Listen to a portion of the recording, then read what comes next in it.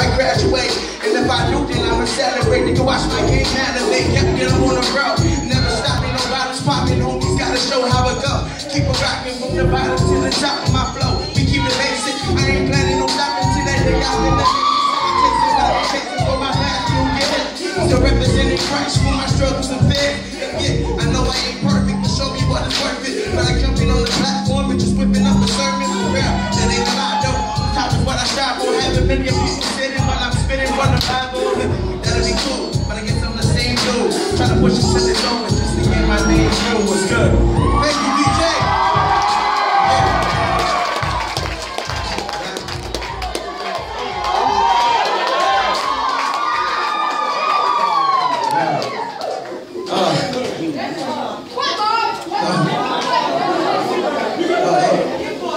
You can stand up or not if you want. I mean, you can take a seat in the presence of the Lord. Put my water up here, because it's about to get hot. Somebody say hot.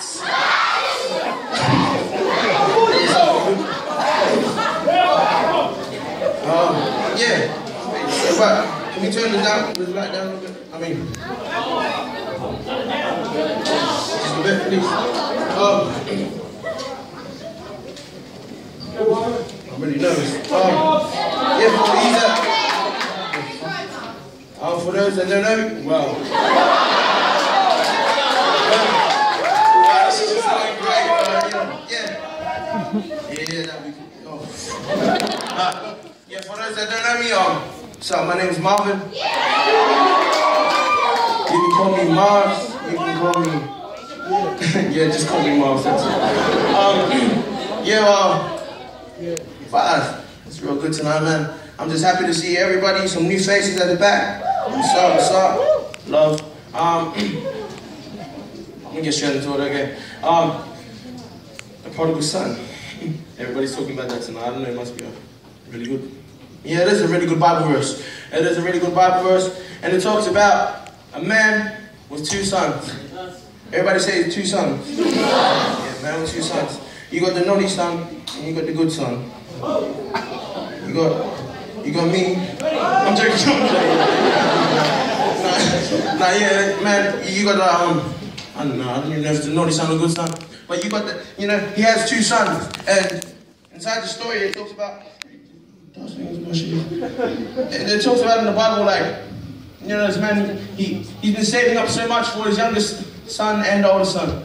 But it says that the youngest son, he went up to his dad and he's like, Dad, I want my money, man. I mean, I know you've been saving, I just want my money. I want to go home.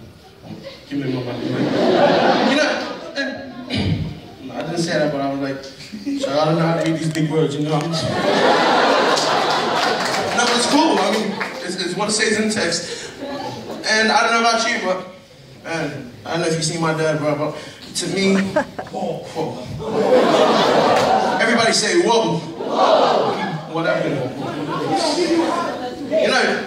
If I went up to my dad, I was like, man, Dad. Like, imagine my dad coming, I was walking up, I was like, Dad, he's like, yeah. And I was walking up, I was like, Dad, I need my money, man, I need my money, man. My dad would be like, oh, you can get on my hip if you get a hug. It's true. I'm joking, man. I love my dad, he's in the back with my parents.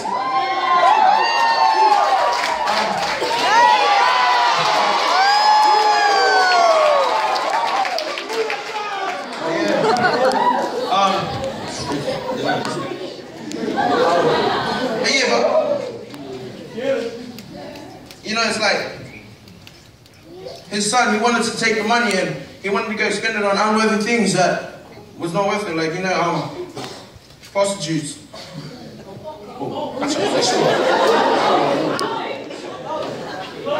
You said we can't say that in the house of the Lord, it's true. You're spending it on, what else are you spending? Perkies or something? I don't know. Probably Edmonton pub or something, I don't know. Maybe. You don't know. Maybe. Nah, yeah. But my whole word is based around that story, the prodigal son. And the title of my message, if you got your notepad, I didn't see like 3 people. It's called Coming Home. Somebody say, ooh. Somebody say, ah. Coming home. Before I really get into the word, I just want to give big ups to my pastors, James and Q. Amen. For always giving us the opportunity to do this. Yeah, sure.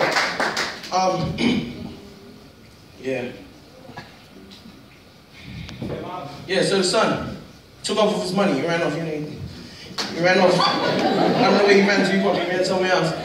And he spent it on things that he thought that was worth it for his life. He spent it on things that he thought that was right. And, you know, I was reading it, like, and I was just thinking, like, I wonder if the son ever thought, for once, like, you know, I thought, like, he may have grabbed the money and ran away. I was thinking, like, to me, I would have grabbed the money, and then if I seen my dad's face, I'm sure he would have been like, he would have had that like face expression of like you know, it's not angry, but it's not happy at the same time. And I'm sure he would have grabbed it and at least looked at his face for like one time and just ran off. And as he's running or wherever he's going, I don't know about him, but if that was me, I would think like, why was he looking like? I mean, like, why doesn't he look happy? You've been saving this up for me, and now I'm 17 or whatever age you are, and you've got the money, and you start running off. You know, it's real funny because sometimes, I'm not speaking to no one in particular, but I feel like sometimes we are that man's son with our parents, and not just with our parents, but also with God. And I'm not saying it's because we don't put this amount of money in the offering, or we don't go up to this person and we don't give them what we have because they didn't got it, or, you know, I'm not saying that. It's because sometimes I feel like he clearly set the path out for us. Like, who would have thought every single person in this room will be here today? What day is it? Tuesday. We could be out there. There could be drink ups right now. I don't know. There could be parties. But instead you chose to be here in the house. Is that cool? But you know, sometimes I think like, you know, we always run away. We run. And we don't notice that with our lives, He has something real good and real great planned for us in the future. But sometimes we think in our heads, like, you know, nah, Father. Like, I understand, I believe in you, God. Father God, man, I prayed last night. Why can't I just go out this night? You hear me? Father God, I read your word this night. Why can't I read this magazine tonight? I mean, like, I don't know about you, but I know it may be a real hard walk to be a Christian. And it is for me, don't get me wrong, I'm not perfect, but I just feel like sometimes we've got to be real. Is that cool? Somebody say real. So my first point leads me to my first point. Our first point is, what are you walking out on? What are you walking out on? Walking down.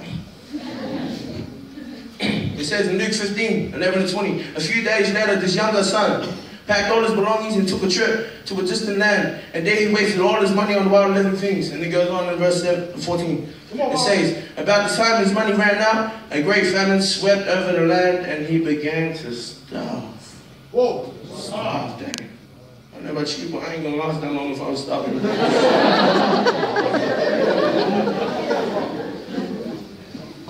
You know, that was, but it's true though, like, we began to starve.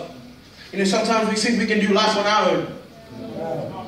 Sometimes we think we can live our life on our own without Him.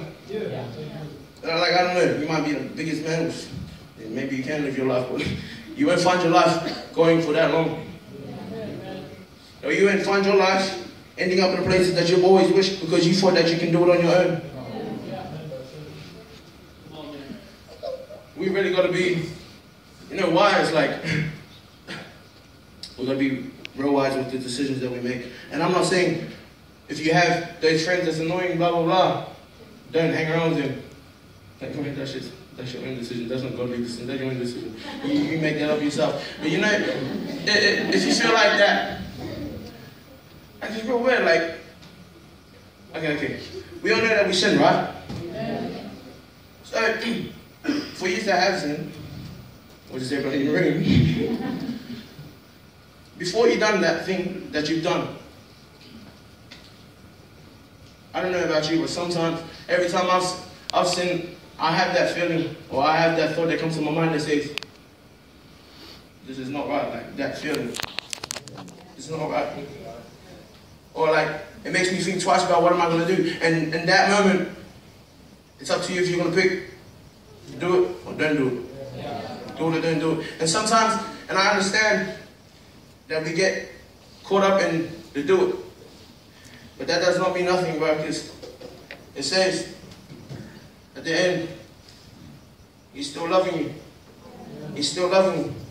It doesn't matter what you've been through. It doesn't matter how much times you sinned. It doesn't matter how much time you've done what you thought that was wrong. He's still loving you. That's my first point. My second point is, what are you building your life on? What are you building your life on?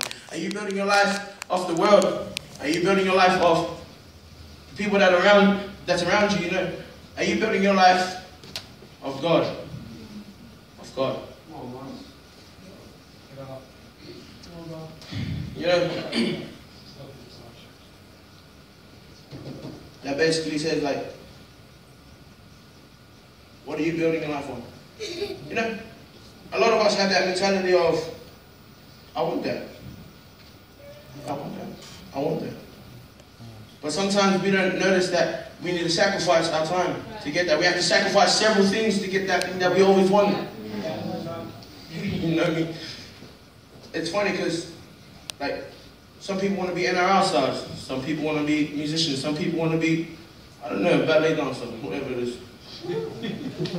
But you don't notice, like, sometimes when you want to be an NRL star, you need to work for the training. You have to make it to every training. It's a process. It's just like, if you want to be a policeman, I don't know how to get something. Do you have to shoot dogs or something? I don't know. You need to do something. But, like, are you getting me? Like, there's always a process. You know, my parents always told me, you need to chase your dream if you want it to come true. And it's true, like, you can't expect things to drop in your hands. You can't expect things to drop in your hands. You got to chase for it. You got to run. You got to run. And, you know, it's crazy because it says over here in the Bible, Luke 15:17, when he finally came to his senses, he said to himself, at home, even the hired men have food enough to spare, and here I am dying of hunger.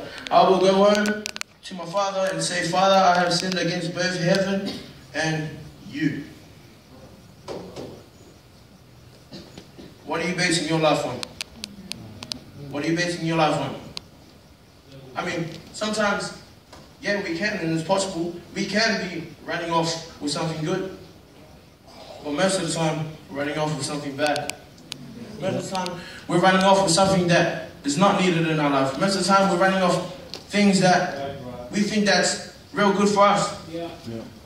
Sometimes, you know, sometimes it's real funny because we run off with things that we want because we've seen someone.